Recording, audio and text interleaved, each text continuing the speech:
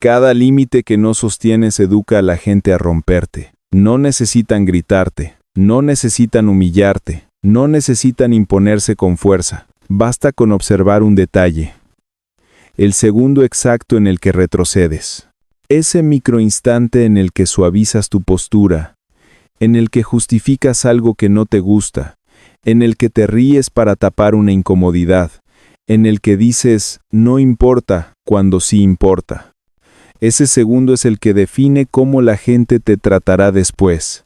Ahí no se rompe un límite, ahí se forma una lección que el otro aprende rápido, que no estás dispuesto a sostenerte, que puedes ser empujado, que tus bordes son maleables.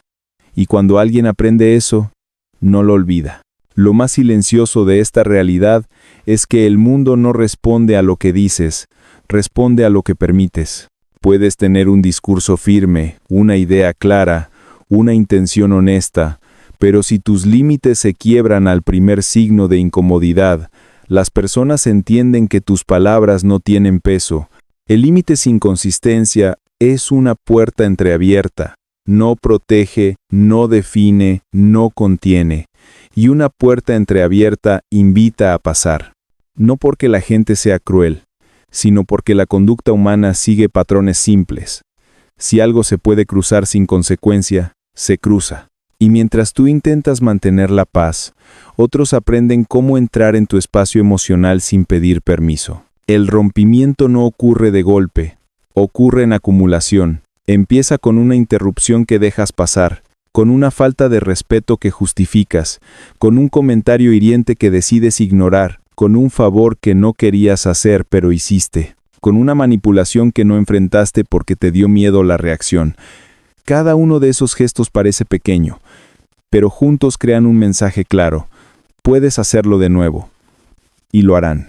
No porque no te quieran, sino porque ya aprendieron que tu límite no tiene defensa. Lo perturbador es que no hace falta que el otro tenga intención de dañarte. A veces solo aprovechan la facilidad.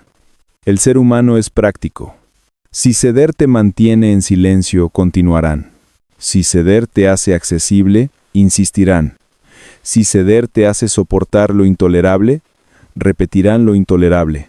No es maldad, es dinámica. Pero esa dinámica se sostiene porque tú has dado una señal sin darte cuenta.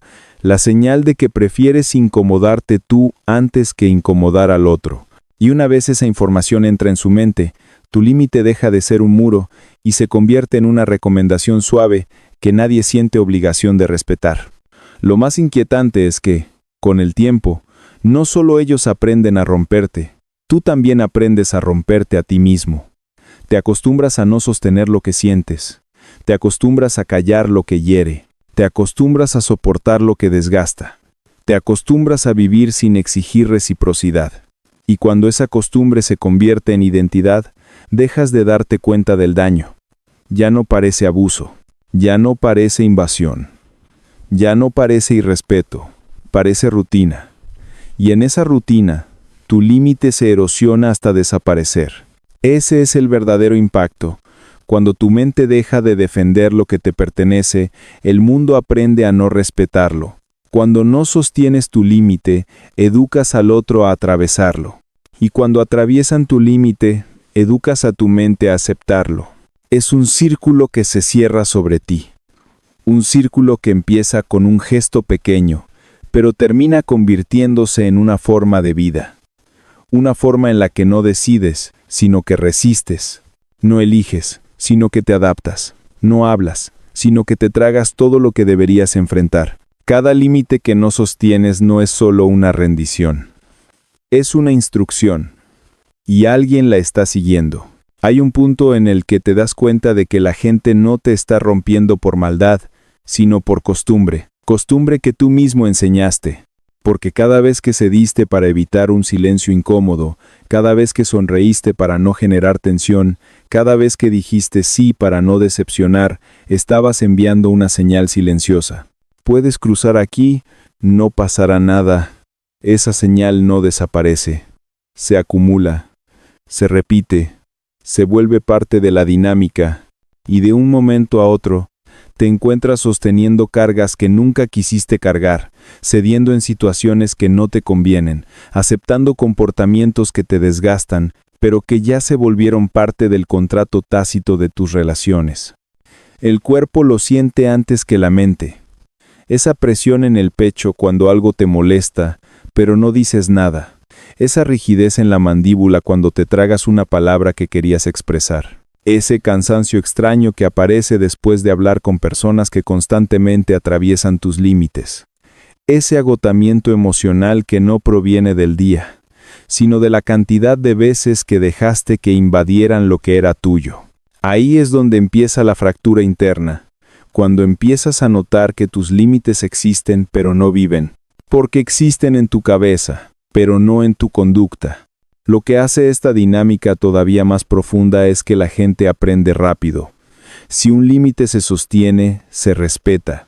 Si un límite se quiebra, se cruza. Ese es el aprendizaje humano más básico. No necesitas explicarlo con teorías. La conducta lo deja claro. Cuando alguien ve que tu no se convierte fácilmente en bueno, está bien, entiende que lo que dices no es definitivo. Entiende que tu incomodidad es manejable. Entiende que tu voz puede ser moldeada por la culpa, por el silencio o por la presión emocional. Y una vez entienden eso, tu límite deja de ser límite y se vuelve un obstáculo pequeño que pueden empujar con conveniencia. Lo más fuerte es que tú también lo notas. Sientes que algo se rompe cada vez que cedes. Sientes que te traicionas cada vez que aceptas. Sientes que pierdes algo de ti cada vez que callas lo que te ardía por dentro. Y esa sensación se vuelve un recordatorio silencioso de que no estás viviendo desde tu identidad, sino desde tu miedo. Miedo a perder, miedo a decepcionar, miedo a quedar mal, miedo a que te juzguen, miedo a que te abandonen. Pero lo que no ves en ese momento es la consecuencia real. Cuando actúas desde el miedo, enseñas a los demás cómo tratarte. Si este mensaje te está confrontando, significa que ya sabes que tus límites están siendo negociados por otros, que ya entendiste que tus intentos de mantener la paz te están costando demasiado, que ya reconociste que sostenerte da miedo, pero perderte duele más. Y si este tipo de contenido te ayuda a entenderte y a ver detrás de los patrones que te han drenado, considera seguir el canal. Aquí aprenderás a proteger tu mente y a entender a las personas como nadie te lo explica. Porque cada límite que no sostienes educa a la gente a romperte. Pero cada límite que sostienes educa al mundo a respetarte. El origen de un límite débil comienza donde casi nadie lo mira. En la primera vez que aprendiste que expresar una necesidad podía generar una consecuencia incómoda. La mente humana no olvida esos momentos. Registra el gesto, registra el tono, registra la reacción, registra la emoción, y cuando un niño ve que su molestia provoca rechazo, que su tristeza incomoda, que su petición genera irritación, o que un no desencadena un conflicto, empieza a desarrollar una adaptación silenciosa. Evitar incomodar para evitar peligro. Esa adaptación se vuelve un reflejo que, con los años, evoluciona en complacencia. Una complacencia que, en la adultez, empieza a disfrazarse como soy tranquilo, soy flexible, soy comprensivo, cuando en realidad es miedo estructurado. Ese miedo se convierte en la base de tu comportamiento. No es evidente, no lo dices, no lo piensas, pero actúas desde él. Usas la suavización emocional para no activar reacciones. Practicas la autocensura para no provocar tensión. Cambias tu tono para no sonar demasiado fuerte. Te reduces en el espacio para no sentirte estorboso. La psicología lo identifica como evitación de amenaza. No porque el otro sea una amenaza real, sino porque tu mente aprendió a asociar el conflicto con pérdida emocional. Y aunque la pérdida ya no sea real, tu sistema nervioso sigue reaccionando como si lo fuera. Los límites se construyen con dos elementos: autopercepción y derecho. Si tu autopercepción está dañada, si no te sientes digno de respeto, tus límites serán tenues. Si no sientes que tienes derecho a pedir lo que necesitas, tus límites serán inexistentes. No es que la gente te pase por encima porque son poderosos. Es que tú no crees que tienes permiso interno para marcar un borde. Este es el núcleo del problema. Las personas no respetan límites que la propia persona no reconoce como legítimos. Cuando creces en ambientes donde se minimiza lo que sientes, donde se ridiculiza tu sensibilidad, donde se castiga tu honestidad, o donde se premia tu silencio, aprendes a sobrevivir a través de la adaptación. Y en esa adaptación, sacrificas tus límites para no sentirte un problema. Ese sacrificio se convierte en identidad. Una identidad basada en evitar el rechazo. En la adultez, ese rechazo toma nuevas formas. Ya no viene de figuras de autoridad. Viene de parejas, amigos, compañeros de trabajo, familiares. Pero la sensación es la misma. Si digo lo que pienso, algo malo pasará. Ese pensamiento, repetido en silencio durante años, se convierte en un programa interno que dirige tus decisiones sin que te des cuenta. La gente que cruza tus límites no siempre lo hace con maldad. Lo hace porque tu cuerpo les enseñó cómo hacerlo. Notan tu titubeo cuando intentas negarte. Notan la velocidad con la que te disculpas. Notan cómo te apresuras a arreglar tensiones que no provocaste. Notan que tu incomodidad es más fuerte que tu capacidad de sostenerte. Y ahí ocurre el aprendizaje mutuo.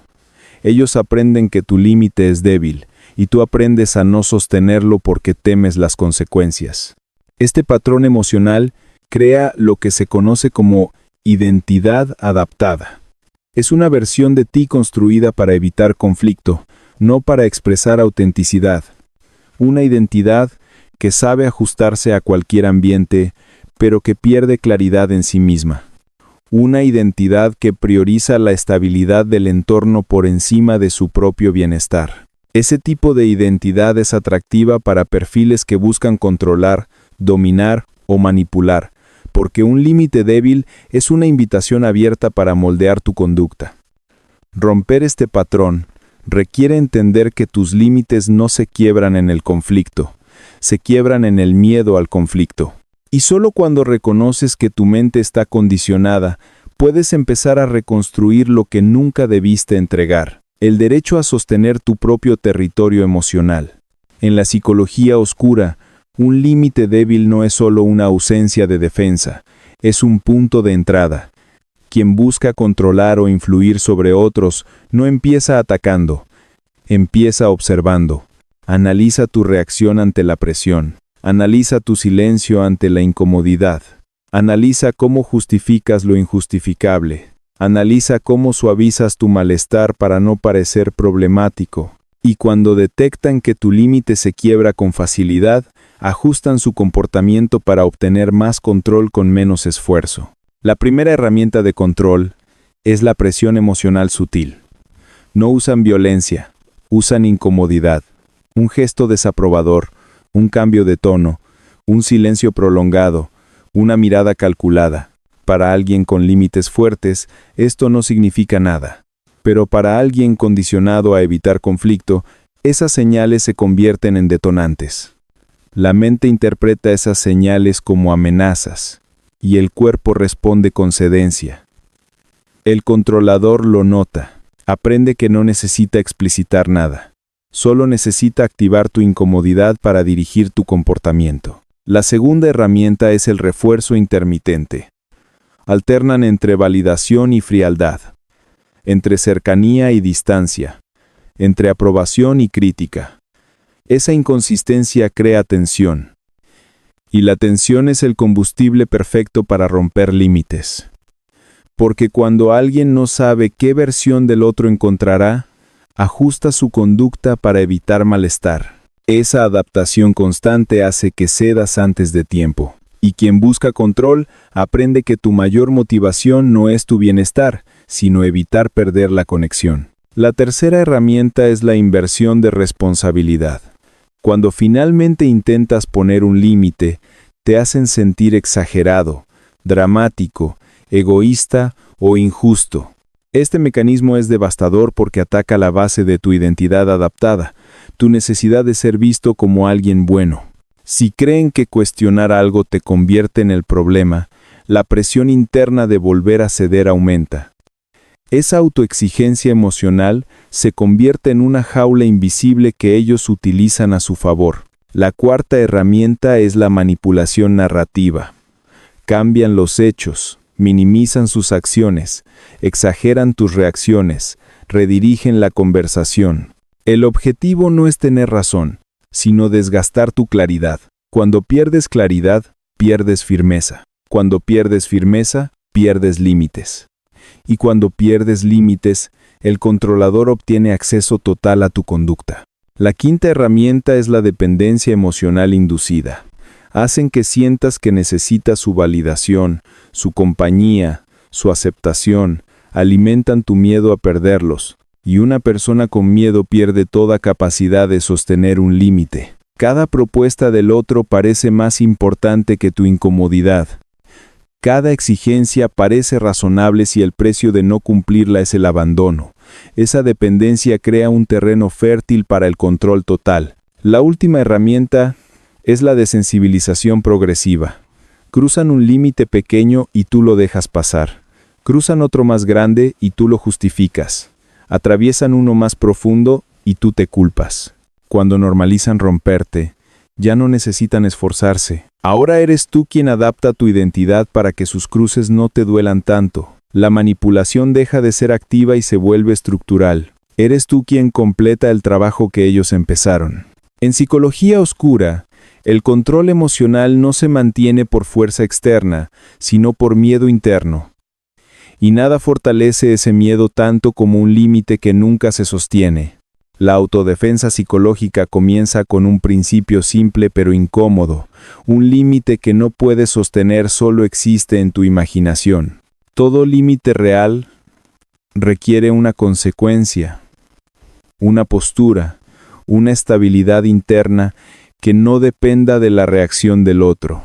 Por eso, el primer paso para recuperar tu poder no es decir no más seguido, sino dejar de temer lo que ocurre después de ese no. La mayoría de las personas no sostienen sus límites porque su mente está entrenada para creer que cualquier tensión equivale a una amenaza. Pero la tensión no es un ataque. Es la prueba que define si tu límite es verdadero o una sugerencia disfrazada.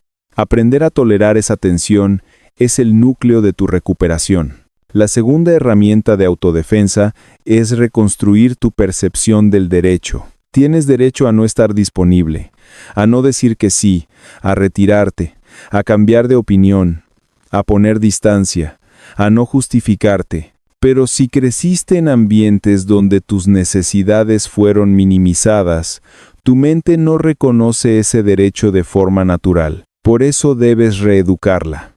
Cada vez que sostienes un límite, aunque sea pequeño, le recuerdas a tu sistema nervioso que no vas a morir por desagradar a alguien. Ese recordatorio repetido una y otra vez empieza a romper el condicionamiento que te hacía ceder automáticamente. La tercera herramienta es aprender a responder lento.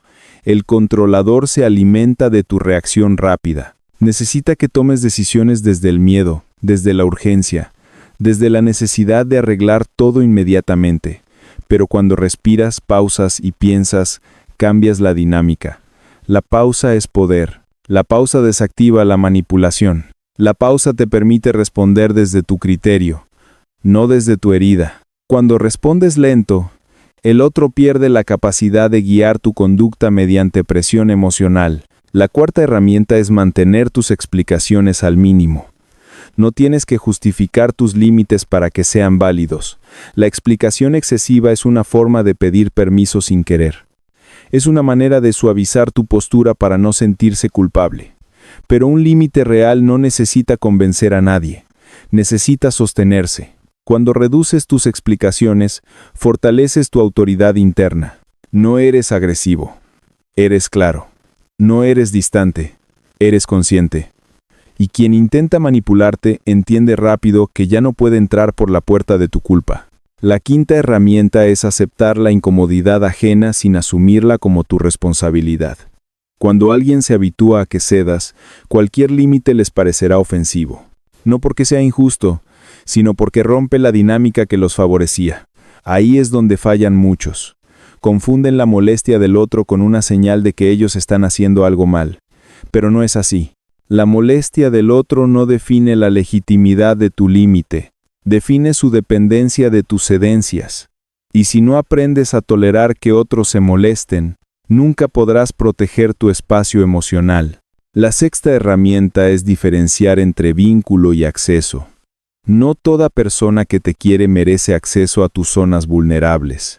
No toda relación íntima merece entrada a tus emociones profundas. Un límite saludable selecciona, filtra, evalúa. El amor sin límites se convierte en explotación. La amistad sin límites se convierte en desgaste. La familia sin límites se convierte en invasión. Cuando decides quién merece acceso y quién no, no estás siendo duro, estás siendo adulto. La última herramienta es permitirte perder personas. No porque quieras perderlas, sino porque no puedes seguir perdiéndote a ti.